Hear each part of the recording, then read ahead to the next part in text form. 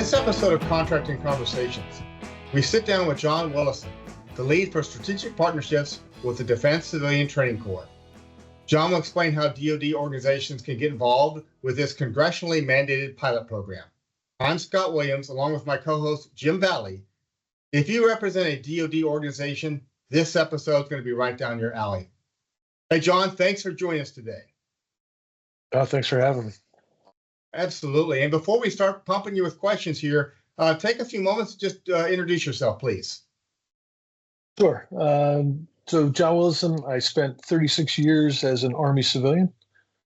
Started off as an engineer, ended up, last position I had was as the deputy to the commanding general of the Army's DevCom, Combat Capability Development Command.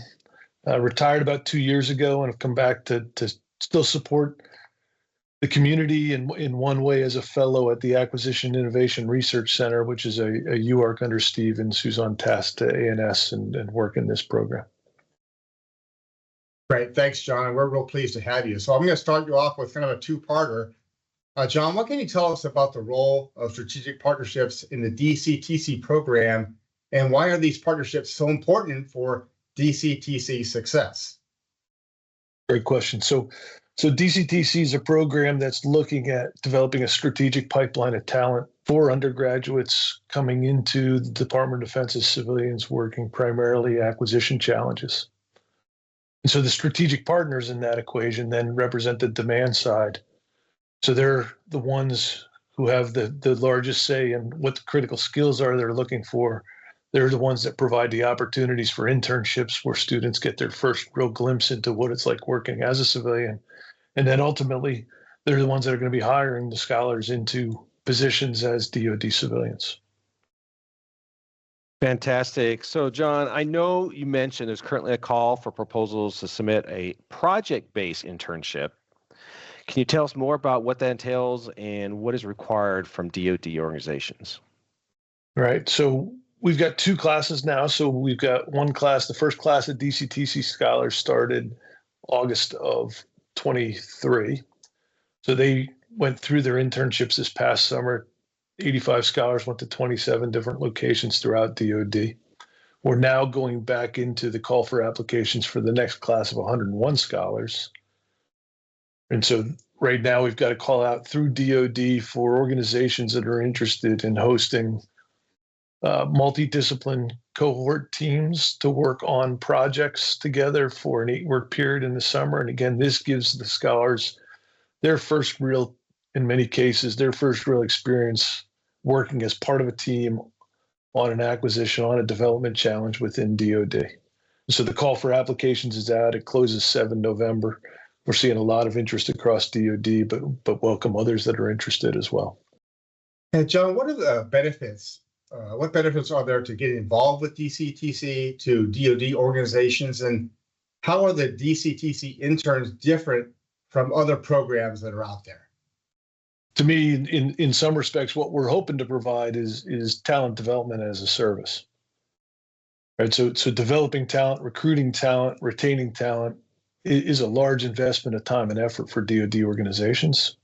So in part, what we're hoping to do with this program is strategically have a pipeline of folks that are taking a 2-credit course each semester for 4 semesters while they're juniors and seniors. They're getting the internship experience. We're getting them a secret clearance before they get into their internship experience.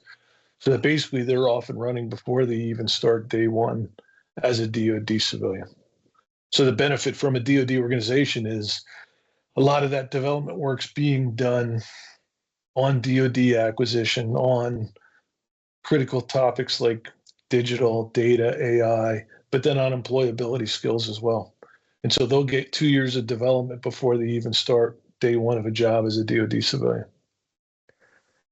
That is great, John. And I've only heard great things about the internships these candidates have been doing great work for these organizations. So is there other ways that DoD organizations can get involved with the program? Right. So we talk about at least 3 different ways that DoD organizations can be involved. First of all, we've got an integrated curriculum and development program. So everything we do from the curriculum, from immersive training for the scholars, from the internships, is all based on a set of critical skills that have been determined based on a bunch of research that's been done at CERC and ERIC, the two UARCs that are working this, as well as with OSDA and S.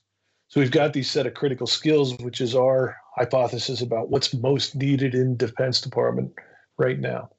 And so one of the ways DoD organizations can participate is giving us feedback on those critical skills. Do we have them right?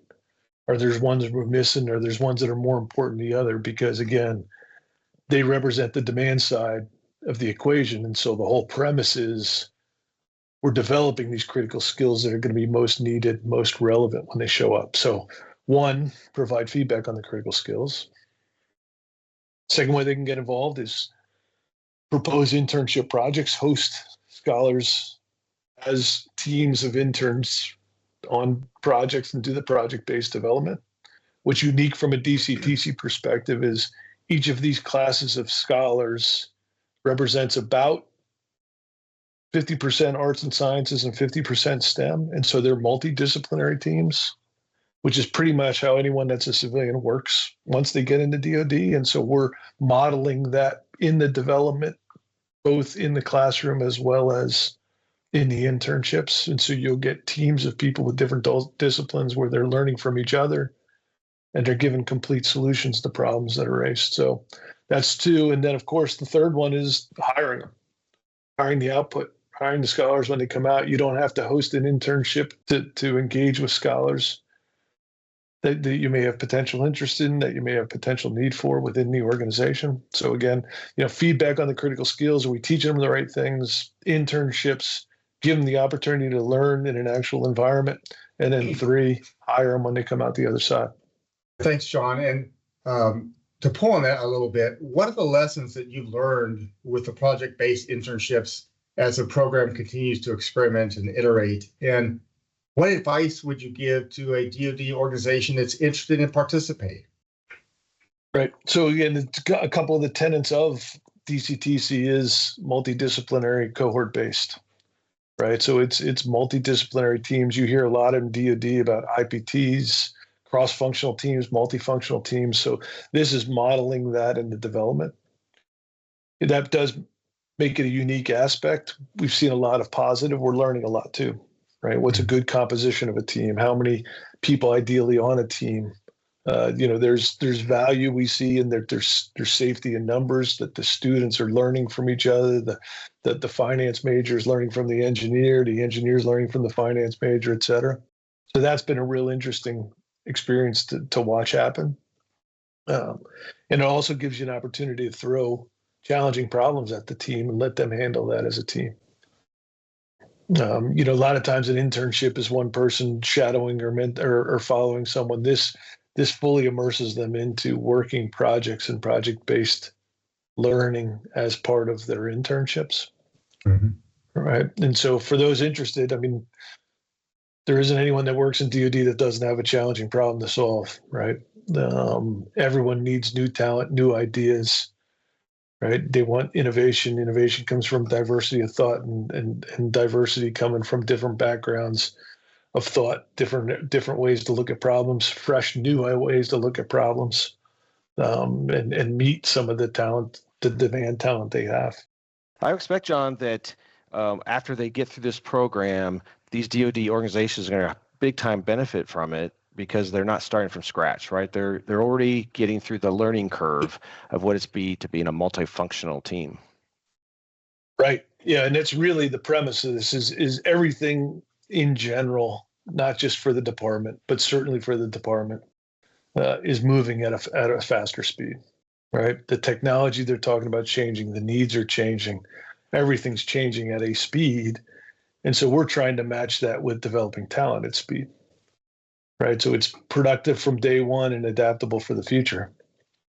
So if we've got people, in my experience, it would typically take someone without DoD experience coming into DoD. It would take you a good 2 to 4 years to where they're really now operating. They've gotten the training, they've gotten the background. And so we're trying to shorten that learning curve by having them in this pipeline before they even start, So you're beating down that curve before they get there. So when they show up, they're productive, and then they're keeping pace with the change because they've learned how to keep pace and to learn new things and contribute as part of a team.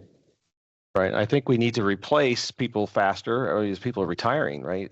And so a lot of these younger hires are having to contribute at a faster period of time. Earlier. Yeah, you've got a number of dynamics that play into that, right? You do have quite a significant portion of the federal workforce that's retirement eligible. Great term I heard recently, silver tsunami, right? So you got a whole bunch of folks. I mean, I can't contribute to the silver part, but the aging workforce that its own goat. So you've got the top end. You've got a bunch of people that will be retiring, and you've got people that are more mobile now. Their skills are more mobile. They're more portable. A lot of people doing remote work, doing hybrid work. So you've got a lot more movement in the workforce, both with people leaving and then people moving around within the workforce. So there's a constant and increasing demand for new talent, and new talent that has relevant skills, new talent that can speak the language, right? We talk about wanting students that are bilingual, maybe trilingual, right? They know DoD, they know the problem space. They know the solution space with the different technologies, with best practices from a business point of view, right? And then they can also, from an employability, they're employable. They can work as part of a team. They can work as part of a multidisciplinary team. They have critical thinking skills. They have problem-solving skills. So you're asking a lot of employees when they show up, and they're asking to keep those skills up as they go. And so this program's meant to front load that and give them a 2-year start by having the curriculum, by having them exposed to the problems, by having them, frankly, look at different things from a different perspective for 2 years so they have more confidence that they're going into the right place and it's a good match when they get there. Right. So all of that leads to then a more productive workforce when they first show up, and then more productivity because they're adaptable for the future. Fantastic. So before we close out the podcast, is there anything else you want to add? I came back to the program. I came to this program. I tried to retire once.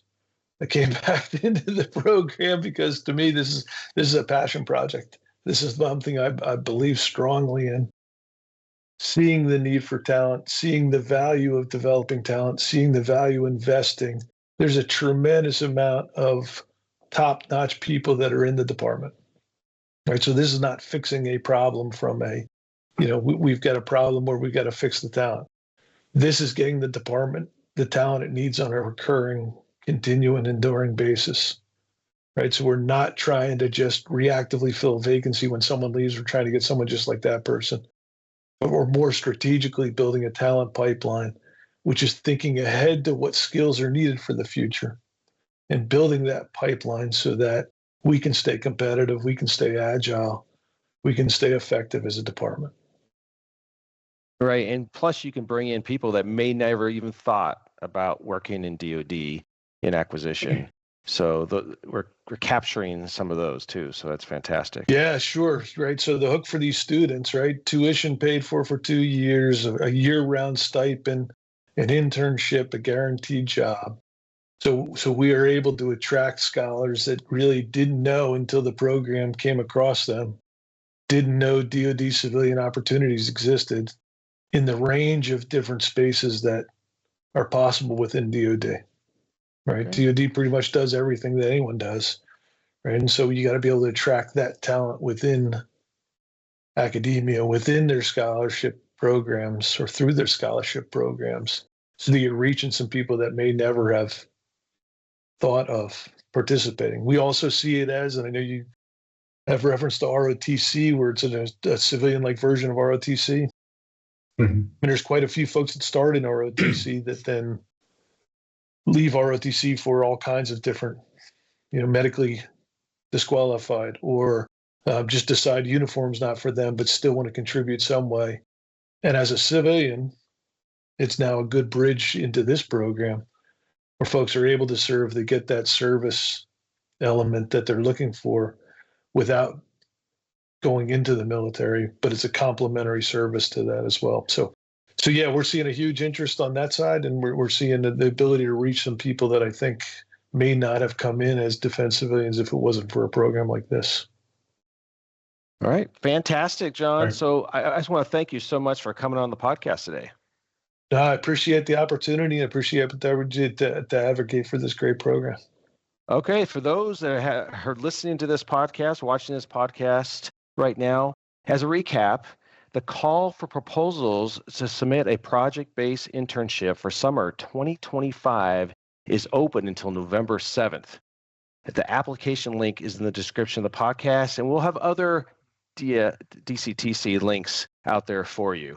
And if you're interested in this podcast, we have a lot of acquisition topics. We focus on contracting. We're available at DA Media, Apple Podcasts, and YouTube. And we will see you next time. We look forward to having future contracting conversations with you.